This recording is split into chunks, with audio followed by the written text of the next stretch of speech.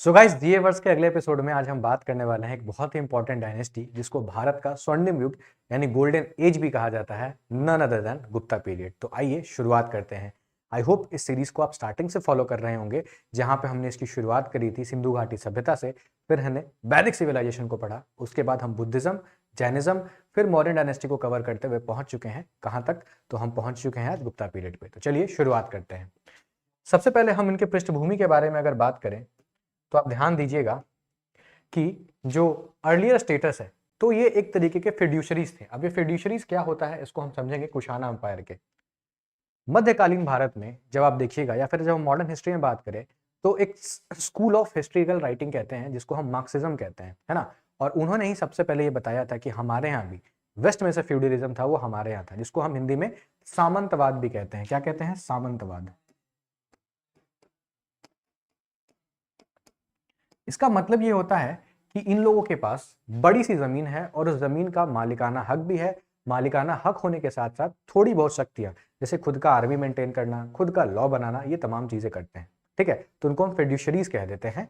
तो यहाँ पे आप दीजिएगा, तो जो कुषाण अंपायर है ना, जो कि इंडो ग्रीक थे, जहां पे आप किसके बारे में, भीमा कडफाइसिस ये और या फिर अब कनिष्क हो गए, इनके बारे में आप पढ़े होंगे। तो उनके ही ये स्टार्टिंग में फिड्यूशरीज थे। और सोशल ऑरिजिन के बारे में बात करें तो वो वैश्य कास्ट से थे। ठीक है, और सबसे इंपॉर्टेंट बात यह है कि बहुत ही अच्छे घुड़सवार थे। ठीक है, जो कि इनको कुषाण पीरियड से सीखने के लिए मिला था। और ये तमाम चीजों के कारण आप देखिएगा मिलिट्री माइट बहुत ज्यादा अच्छा होता है, सैन्य बल जो इनका काफी ज्यादा अच्छा होता है।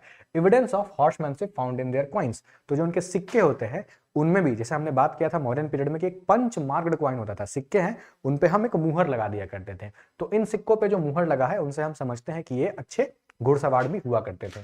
ठीक है, अगर हम ज्योग्राफिकल एरिया के बारे में बात करें तो rule the fertile agricultural land, ज्यादातर जो इनका एरिया देखिएगा वही एरिया है जहां पे मगध साम्राज्य, मौर्य साम्राज्य हुआ करता था, वहीं पे रूल कर रहे हैं, जहां पे गंगा और यमुना दो ऐसी नदियां बहती हैं जिनके बीच का जो एरिया है बहुत ही ज्यादा क्या है, वो फर्टाइल है, बहुत ही ज्यादा उर्वरक है।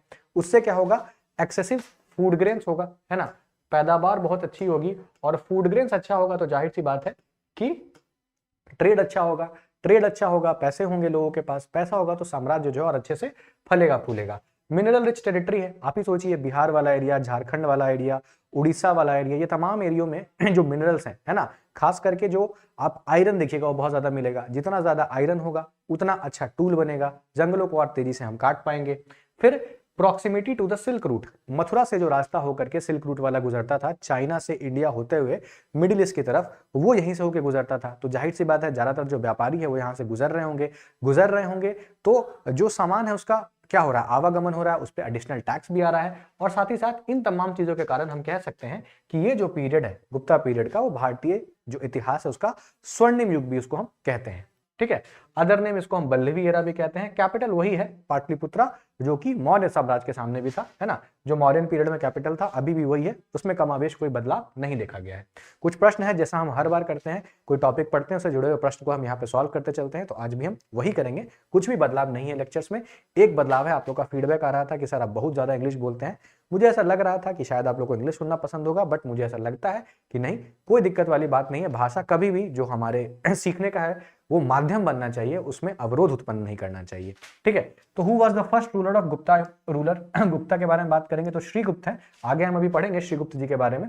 ठीक है, चलिए आगे देखते हैं। तो मेजर गुप्ता रूलर्स के बारे में बात करते हैं। सबसे पहले आप देखिएगा श्रीगुप्त, जिन्होंने 240 ईस्वी में क्या किया, गुप्त साम्राज्य की क्या रखी है, नींव रखी है। Founder of the Gupta dynasty. और इनको ची ली कीतो, है ना, चाइनीज ट्रैवलर जो इत्सिंग है जो भारत आता है उनको चे ली कीतो भी कहता है। उसके बाद ये क्या करते हैं, फाउंडेशन स्टोन रखते हैं एक तरीके से। उसके बाद घटोत्कच है जो कि श्रीगुप्त के बाद आ रहे हैं। Succeeded his father after his death, मतलब पिता के मृत्यु के बाद गद्दी पे बैठने का काम कर रहे हैं। कुछ ज्यादा बड़ा कंट्रीब्यूशन नहीं है इनका, ऐसा कोई बहुत बड़ा युद्ध इन्होंने नहीं जीता है, साम्राज्य का बहुत ज्यादा विस्तार नहीं किया है, कमावेश एक तरीके से क्या कर रहे हैं, स्टेटस क्वो मेंटेन करके रखे हुए थे कि जो पिताजी का था उसको इन्होंने संभाल करके रखा, अपने आगे वाले पीढ़ी को फॉरवर्ड कर दिया। उसके बाद आप देखिए चंद्रगुप्त मौर्य, जिनको हम कह सकते हैं कि हाँ ये रियल फाउंडर थे, ये जो गुप्त साम्राज्य है उसके रियल फाउंडर थे। इन्होंने तख्त कब संभाला, गद्दी कब संभाली, 320 ईस्वी को। ठीक है, और इनको आप देखिए इन्होंने टाइटल दिया महाराजाधिराज, किंग ऑफ द किंग्स, है ना। ये टाइटल्स क्यों लेते थे, एक तरीके से अपने आप को बहुत क्या कह सकते हैं, महत्वपूर्ण दिखाने के लिए कि भाई हमारा शौर्य बहुत ज्यादा है, बहुत ही अच्छे हैं। ये स्पेशल टाइटल्स जो है वो लोगों के द्वारा, राजाओं के द्वारा जनरली लिया जाता था।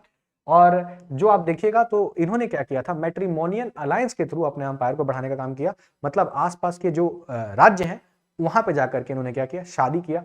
शादी करने के बाद जाहिर सी बात है कि अब जो मित्रता है वो मित्रता बढ़ जाएगी, तो अंपायर जो है उसका विस्तार हो गया। फॉर एग्जाम्पल कुमार देवी जो कि लिच्छवी की महारानी होती हैं, लिच्छवी की रानी होती हैं, उनसे शादी करते हैं ये, और इसके कारण क्या होता है, साम्राज्य का विस्तार होता है। Let the foundation of imperial expansion. तो इस तरीके से कुछ युद्ध करके भी और कुछ मैट्रिमोनियल अलायंस के थ्रू भी क्या करते हैं, अपने साम्राज्य का विस्तार कौन करते हैं, चंद्रगुप्त मौर्य करते हैं, जिनका नाम क्या है, जिनका नाम है महाराजा धीराज, और जिन्होंने गद्दी स्पेशली कब संभाली, तो 320 ईस्वी में। उसके बाद अब देखिएगा who is called the Licchavi दोहित्र।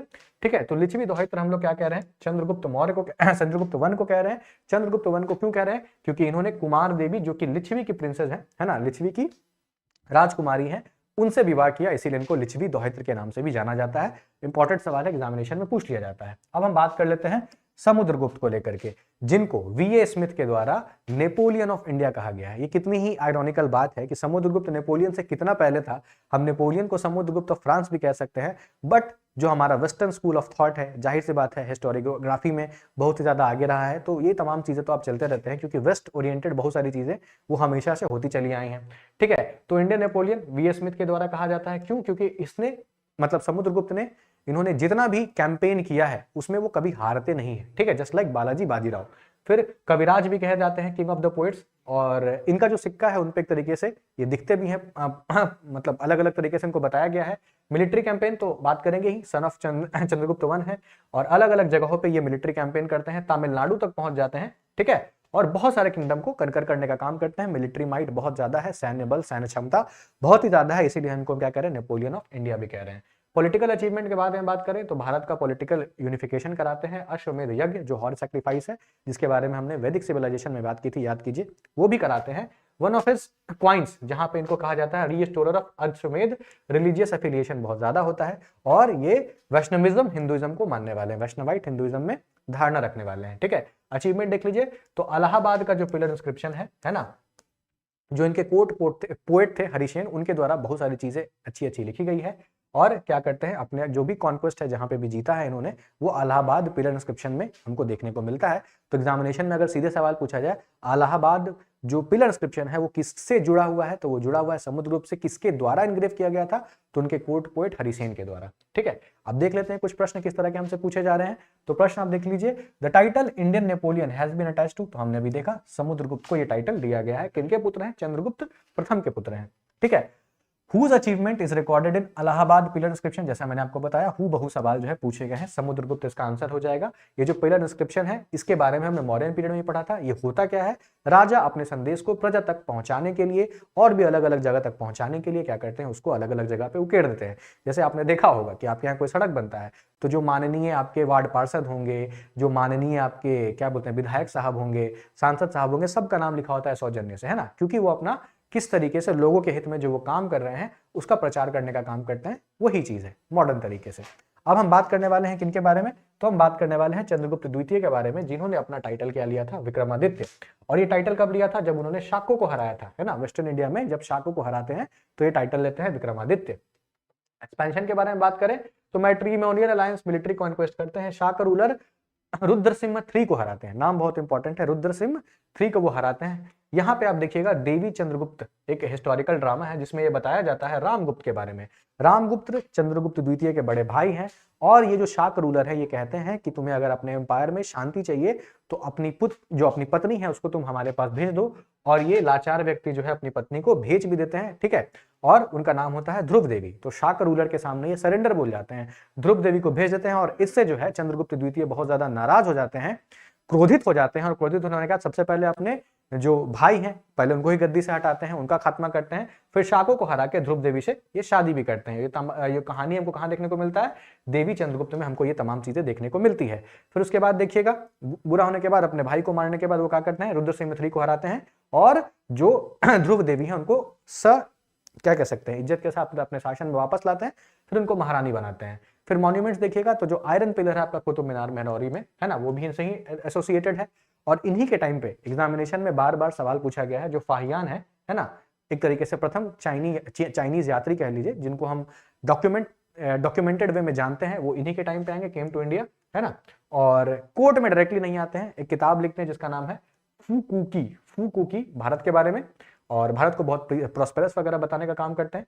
और ये पहले गुप्ता रूलर हैं जो चांदी के सिक्के निकालते हैं। और इस टाइम पे आप देखिएगा सोने के सिक्के भी बहुत ज्यादा निकाले जाते हैं, मगर वो प्योर गोल्ड कॉइन नहीं होंगे, ठीक है, वो प्योर गोल्ड कॉइन नहीं होंगे।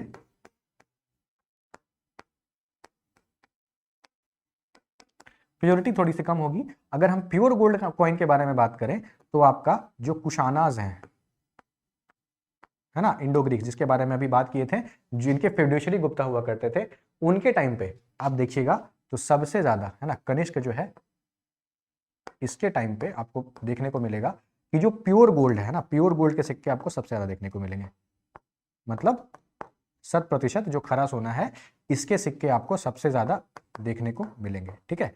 तो इनकी मात्रा बहुत ज्यादा होती है। हालांकि अगर हम क्वांटिटी में बात करेंगे तो गुप्ता पीरियड में जो स्वर्ण मुद्राएं हमको बहुत ज्यादा देखने को मिली है, ठीक है। और प्रश्न कुछ देख लेते हैं गुप्ता रूलर के बारे में है कि किसने जो है विक्रमादित्य का टाइटल लिया है। तो चंद्रगुप्त द्वितीय हमने देख लिया है। समुद्रगुप्त दो को हम क्या बोल रहे हैं? समुद्रगुप्त दो को हम बोल रहे हैं क्या?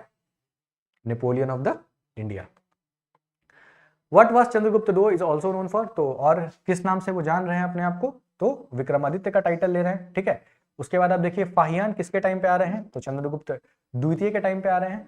अब हम चंद्रगुप्त द्वितीय के शासनकाल में जो उनके 9 जेम हुआ करते हैं, जिनको हम नवरत्न कहते हैं, उनके बारे में जान लेते हैं, क्योंकि इनका नाम भी सीधे सीधे हमसे पूछ लिया जाता है। एक तो आप जिनका नाम जानते होंगे कालिदास, जो कि सबसे बड़े ग्रेटेस्ट संस्कृत पोएट हैं, जिनको हम लोग शेक्सपियर ऑफ द इंडिया भी कहते हैं। फिर आप देखिएगा अमर सिंह है, संस्कृत लेक्सियोग्राफर है, ठीक है। उसके बाद धनवंतरी है, फिजिशियन है, फादर ऑफ आयुर्वेदा, धनवंतरी हो गए आपके। फिर हरिसेन है, पोएट है, कोर्ट ऑफिशियल है। उसके बाद आपके कहापनका जो कि एस्ट्रोलॉजर है। फिर शंकु है जो कि आर्किटेक्ट है। उसके बाद वारामहिर एस्ट्रोनॉमर है और मैथमेटिशियन है। फिर आपके वारुचि हैं जो कि संस्कृत ग्रामेरियन है। और फिर बेताल भट्ट हैं जो कि मजिशियन है, ठीक है। यहाँ पे शूद्रक नहीं है 9 ज्वेल्स में, इसको आपको ध्यान में रखना है।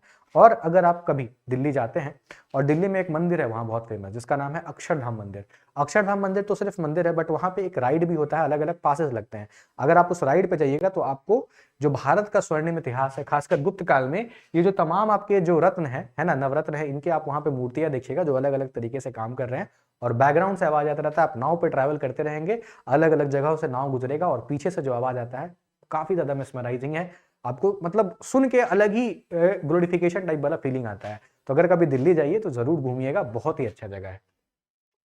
अब लिटरेरी अचीवमेंट्स के बारे में बात कर लेते हैं। तो कालिदास ने कुछ बहुत सारे अच्छे अच्छे किताबें लिखी थी उस टाइम पे, किताबें नहीं पोइट्री, जैसे ऋतु संहार है जिसमें वेदर्स के बारे में, मेघदूतम है, लव पोयम है जहाँ पे बादलों के माध्यम से, जो अभी आप इंटरनेट पर चैट कर रहे हैं तो उस समय बादलों के माध्यम से जो है वो मैसेज का आदान प्रदान हो रहा है। कुमाव जो संभव है वो कार्तिकेय भगवान के बारे में है। और रघुवंशम जो है वो रघु डायनेस्टी, मतलब भगवान राम के बारे में जो है वो कहानी है। तमाम चीजें किसमें है? संस्कृत में है, क्योंकि संस्कृत एक तरीके से कोर्ट लैंग्वेज भी माना जाता है इस टाइम पे। ड्रामास देखिए, अभिजान शकुंतलम जो है बहुत फेमस है। फिर विक्रमोर्वशीयम जो है माइथोलॉजिकल ड्रामा है। अदर जो नोटेबल राइटर्स थे जैसे शूद्रक हैं वो लिखते हैं मृच्छकटिका, मुद्रा राक्षस जो है हमने पढ़ा था, है ना, विशाख दत्त के द्वारा लिखा जा रहा है। ये तमाम चीजें जो है वो लिखी जा रही हैं। और जो कामसूत्र है फेमस किताब, वो वात्सायन के द्वारा इसी पीरियड में लिखा जा रहा है, ठीक है। चलिए, द फेमस पोएट कालिदास किसके टाइम पे है? तो हमने देख लिया चंद्रगुप्त द्वितीय के टाइम पे है। फिर Aryabhatta and Kalidasa were in the court of which of the following empire? तो चंद्रगुप्त 2 के टाइम पे है। फिर अब देख लीजिए थोड़ा सा कुमारगुप्त के बारे में बात करेंगे। चंद्रगुप्त द्वितीय के बारे में किसके बारे में बात कर रहे हैं? कुमारगुप्त के बारे में। तो ये कार्तिकेय जो हिंदू भगवान है, गणेश जी के जो भाई हैं, उनकी पूजा करते हैं, है ना। और इन्हीं को आप देखिएगा साउथ में बहुत जगह मुर्गन भी बोला जाता है ना। क्या बोला जाता है? मुर्गन। आई होप सो, अगर मैं गलत नहीं हूं तो, ठीक है। उसके बाद इन्हीं के टाइम पे जो हुनाज होते हैं सेंट्रल एशिया से बहुत ज्यादा अटैक करते हैं। स्टार्टिंग में तो ये हरा देते हैं, उसके बाद ये क्या करते हैं? नालंदा यूनिवर्सिटी की नींव रखने का काम करते हैं, जो कि बाद में दुनिया का सबसे बड़ा एक तरीके का यूनिवर्सिटी बनता है, जहां देश विदेश से बहुत सारे शिक्षक भी आते हैं, प्रोफेसर भी आते हैं, और स्टूडेंट तो आएंगे ही आएंगे। क्वाइनेज, तो क्वाइन इशू करते हैं जहां पे एलोइन को मार रहे हैं, और कार्तिकेय भगवान की भी यहाँ पे आप क्वाइन देख सकते हैं, ठीक है। तो ओल्डेस्ट यूनिवर्सिटी से आपसे पूछा जा रहा है, इन चारों में तक्षशिला का नाम नहीं है, तो जाहिर सी बात है नालंदा जो है इसका सही उत्तर हो जाएगा। फिर यूनिवर्सिटी विच बिकेम फेमस, है ना, post Gupta era. Post Gupta era में जो यूनिवर्सिटी फेमस हुआ है तो आपका नालंदा है, क्योंकि तक्षशिला मौर्यन पीरियड में था, हमने देखा था। जहां से कौन एसोसिएटेड थे बताइएगा कमेंट सेक्शन में, ठीक है। तो थे आपके चाणक्य थे। ठीक है। उसके बाद जब हम पाला डायनेस्टी पढ़ेंगे तो वहां पे हम विक्रमशिला डायनेस्टी के बारे में भी बात करेंगे, विक्रमशिला यूनिवर्सिटी के बारे में बात करेंगे। फिर हम बात करते हैं स्कंदगुप्त को, जिनको सेवियर ऑफ द इंडिया से भी कहा जाता है। इन्होंने भी विक्रमादित्य का टाइटल लिया था और last great ruler of Gupta empire है। इनके बाद जो रूलर्स आएंगे, इनके बाद जो राजा लोग आएंगे वो इतने महान नहीं होंगे। फिर इन्होंने भी हुन का जो रिबेलियन है, जो हुनाज है, जो सेंट्रल इंडिया के एक तरीके से ग्रुप है जो भारत पे लगातार हिंदू कुश वाले एरिया से, जिसको सबसे पहले किसने जीता था, सबसे पहले चंद्रगुप्त मौर्य ने जीता था, वहां से वो अटैक कर रहे हैं।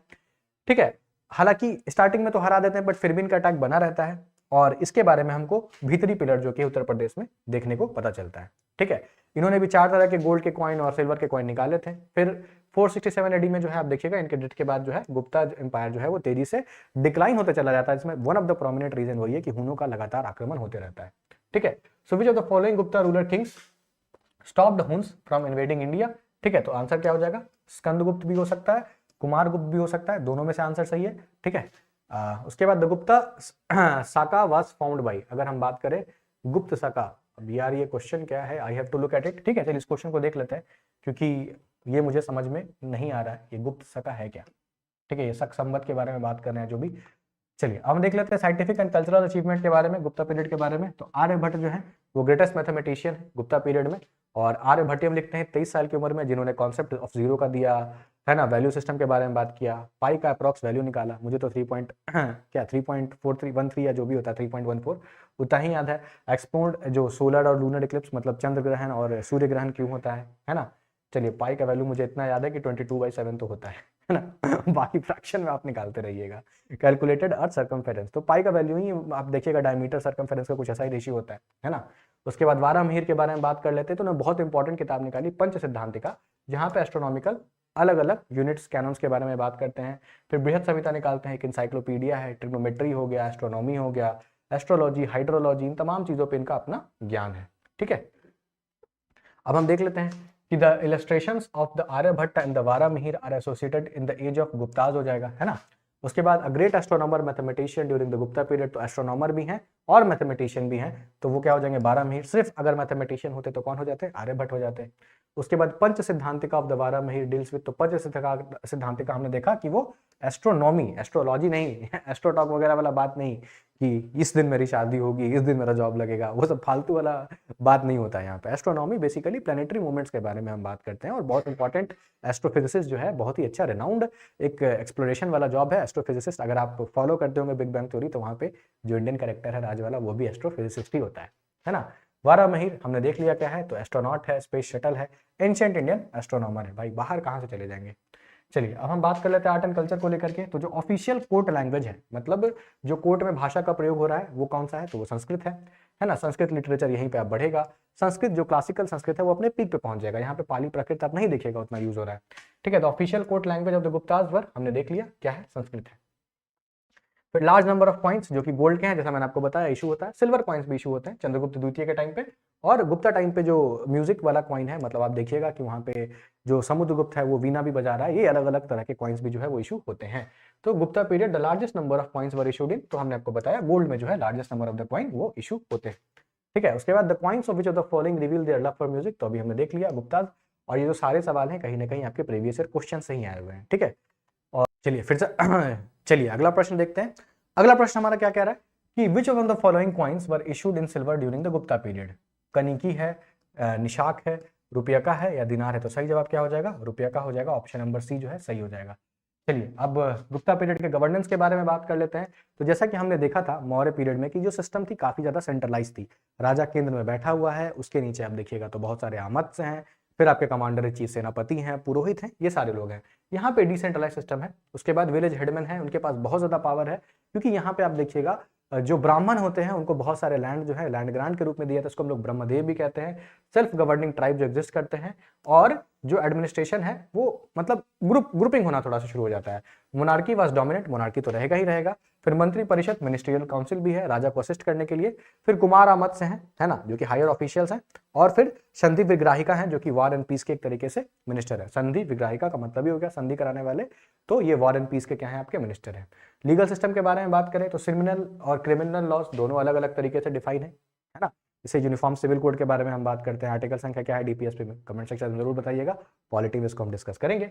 जुडिशियल सिस्टम जो है अच्छे तरीके से डेवलप हो चुका है। अगर हम एडमिनिस्ट्रेशन में बात करें तो सबसे ऊपर आपके हमारे एम्पायर है, मतलब राजा है, उसके नीचे आप भुक्ति है जो कि आप प्रोविंस में देखिएगा, है ना, जैसे हमने मॉडर्न टाइम में भी देखा था प्रदेशी का, राजू का, अगर आपको याद होगा तो, है ना, उसको हेड कौन कर रहे हैं, तो उपरिका कर रहे हैं। फिर जो आपका डिस्ट्रिक्ट है जिसको विश्व कह रहे हैं, याद होगा ये जो विश्व वाला पार्ट है हमने वैदिक पीरियड में भी देखा था। नाम जो है अभी बहुत ज्यादा बदले नहीं है, जिसको अलग अलग काउंसिल्स के लोग, जैसे नगर श्रेष्ठी है, representative of the merchant guilds, है ना, वो रूल कर रहे हैं। फिर सर्तवाह है, leader of the travelling traders, मतलब जो घूम रहे हैं वो भी लीड कर रहे हैं। फिर प्रथम कुलिका जिसको चीफ आर्टिशंस कहते हैं। फिर प्रथम कायस्थ जो कि स्क्राइब्स हैं, जो लिखने का काम करते हैं, है ना, और ये देखिएगा कायस्थ एक सबकास्ट भी उनके बाद में चला आएगा। फिर जो भीति है आपका विलेज क्लस्टर, उसको कौन रूल कर रहे हैं, तो पुरुपाल रूल कर रहे हैं। और सबसे लास्ट में आपके जो विलेज है, ग्राम है, उसको ग्रामक। तो ये आपके अलग अलग जो हेड है, अलग अलग यूनिट्स के इनके नाम है, इनको याद करना बहुत जरूरी है, सीधे सीधे सवाल आपसे पूछे जा सकते हैं। भुक्तीज देखिएगा तो वर डिवाइडेड इनटू द वैश्यास, जो भुक्तीज हैं वो वैश्यास में बटे होते थे। उपारिका देखिएगा तो प्रोविंशियल गवर्नर जिनको राजा के द्वारा अपॉइंट किया जाता था, और विश्वपति district administrator appointed by the provincial government, है ना। तो जो प्रोविंशियल गवर्नमेंट है बेसिकली, जहां पे आप भुक्तीज देखिएगा तो ये जो भुक्तीज हैं ये किनको अपॉइंट कर रहे हैं, ये विश्वपति को अपॉइंट कर रहे हैं। विलेज जो है वो विलेज हेडमेंट उनके द्वारा अपॉइंट किया जा रहा है। लोकल ऑटोनॉमी बहुत ज्यादा बढ़ जाएगा यहाँ पे, ठीक है। तो जो आपका विलेज था, जो ग्रामक है, वो लीड करने का काम कर रहे हैं, लोकल ऑटोनॉमी जो है यहाँ पे बढ़ चुका है। तो इन तमाम चीजों को ध्यान में रखिएगा। इसी तरीके से इस बार जो एसएससी के सीजीएल में सवाल पूछा गया था कि सबसे ज्यादा सेंट्रलाइज्ड आपको सिस्टम ऑफ एडमिनिस्ट्रेशन कहां देखने को मिलता है, तो जाहिर सी बात है मॉडर्न पीरियड में देखने को मिलता है, जहां पे आपका हर्षवर्धन डायनेस्टी भी लिखा हुआ था, जहां पे आपका गुप्त पीरियड भी लिखा हुआ था, है ना। तो इसीलिए हम अगर ये चीजों को अच्छे से पढ़ के जाएंगे, जब हमारा बेसिक्स बहुत अच्छे से क्लियर होगा, तो जाहिर सी बात है क्वेश्चन को आप कितना भी ट्विस्ट कर लीजिए, हम आंसर तक तो पहुंच ही जाएंगे। अगला, विच of the following statement about the Gupta's is not true, ठीक है। दे ruled mainly over the parts of north and central India, not true पूछ रहा है, ध्यान रखिएगा। Kingship was hereditary and the throne always went to the eldest son. The judicial system was far more developed than in the earlier times. Land taxes increased and taxes on the trade, commerce decreased. तो अब देखिए यहाँ पे क्या कह रहा है, hereditary and the throne always went to the eldest son. They introduced mainly over the part of north and central India. तो ऐसा तो नहीं है कि north and central India, south तक भी जा चुके थे, ठीक है। तो यहाँ पे आप देख सकते हैं ऑप्शन नंबर ए और बी, और यहाँ पे कहा जाए किंगशिप इज हेरिडिटरी, तो जाहिर सी बात है कि हमेशा बड़े बेटे पे ही जाता था राज, तभी तो आप देखिएगा राम गुप्त के पास जा रहा था, तो ऑप्शन ये भी सही है। जुडिशियल सिस्टम डेवलप हो ही चुका था, लैंड टैक्स जाहिर सी बात है इंक्रीज कर चुका था, है ना, और land taxes increase and trade on commerce decreases. तो ये जो है आप देखिएगा बेसिकली ऐसा नहीं हुआ था, ट्रेड एंड कॉमर्स पे भी, क्योंकि हमने देखा था कि सिल्क रूट होकर के रास्ता जा रहा है, तो ट्रेड एंड कॉमर्स पे भी टैक्स लग रहा था। तो ये आपका जो है सही आंसर हो जाएगा। बाकी तीनों जो है बेसिकली सही है, क्योंकि साउथ इंडिया में वो जाते तो हैं अटैक करने के लिए, बट वहां रूल नहीं करते हैं, ठीक है। तो ऑप्शन डी जो है सही हो जाएगा। और टैक्सेशन यार क्यों कम करेंगे, ट्रेड एंड कॉमर्स पे टैक्सेशन कम करने से क्या फायदा होगा, आप ही सोचिए, कोई फायदा है? कोई भी राजा तो यही चाहेगा ना कि हमारे पास अधिक से अधिक संपत्ति है। तो ऑप्शन नंबर डी जो है यहाँ पे सही हो जाएगा। अगला देख लेते हैं पोजीशन ऑफ वुमेन के बारे में, महिलाओं की क्या स्थिति है उस समय। तो women condition was not good compare to the earlier period, है ना, decline of Vedic and early Buddhist period. और यहाँ पे आप देखिएगा तो जो वैदिक पीरियड है और जो अर्ली बुद्धिस्ट पीरियड है, वहां से जो सिचुएशन है वो थोड़ा सा खराब हो जाएगा। सती प्रैक्टिस यहाँ पे आपको देखने को मिलेगा, पॉलीगैमी अपर क्लासेस में हो रहा है, ठीक है, बहुविवाह जिसको कहते हैं। उसके बाद चाइल्ड मैरिज भी आपको देखने को मिल जाएगा, और एजुकेशनल अपॉर्चुनिटीज जो है वो भी डिक्लाइन कर जाएंगी। तो हम या तो गोल्डन पीरियड तो कहते हैं इस टाइम को, बट महिलाओं के दृष्टिकोण से ये हम नहीं कह सकते हैं कि ये जो काल है वो स्वर्णिम काल था। सोशल स्ट्रक्चर के बारे में बात करें तो वर्ण सिस्टम जो है यूज होता है, थोड़ा बहुत फ्लेक्सिबिलिटी था, ठीक है। फॉरनर्स पर इंक्लूडिंग द क्षत्रिय वर्ण, जो भी फॉरनर है वो क्षत्रिय वर्ण में चले जाते थे। ट्राइबल पिकम जो है वो ब्राह्मण बन रहे हैं। ज्यादातर जो रिलीजियस डेवलपमेंट के बारे में बात करें तो हिंदुइज्म का रिवाइवल आप यहाँ पे देखने को मिलेगा, और वज्रायन बुद्धिज्म जो है वो भी, जो तंत्र मंत्र वाला बुद्धिज्म है ना, जिसमें हम बात करते हैं वज्रायन के बारे में, वो भी आपको यहाँ पे प्रिवेलिंग तांत्रिक प्रैक्टिसेस देखने को मिलेंगे। फिर जो हमने स्टार्टिंग में ही बात किया था कि जो फिड्यूशरीज हैं वो बढ़ जाएंगे, प्रोविंशियल गवर्नर है वो इंडिपेंडेंट हो जाएंगे। क्यों? उनके पास संपत्ति खुद ही आ गया है, अपना सेना मेंटेन कर रहे हैं, रेवेन्यू उनके पास आ रहा है, तो इंडिपेंडेंट हो जाते हैं। इसलिए सेंट्रल अथॉरिटी जो है वो कमजोर हो जाएगी, और इसके कारण जो है आपका जो एम्पायर है, साम्राज्य है, वो टूटता है।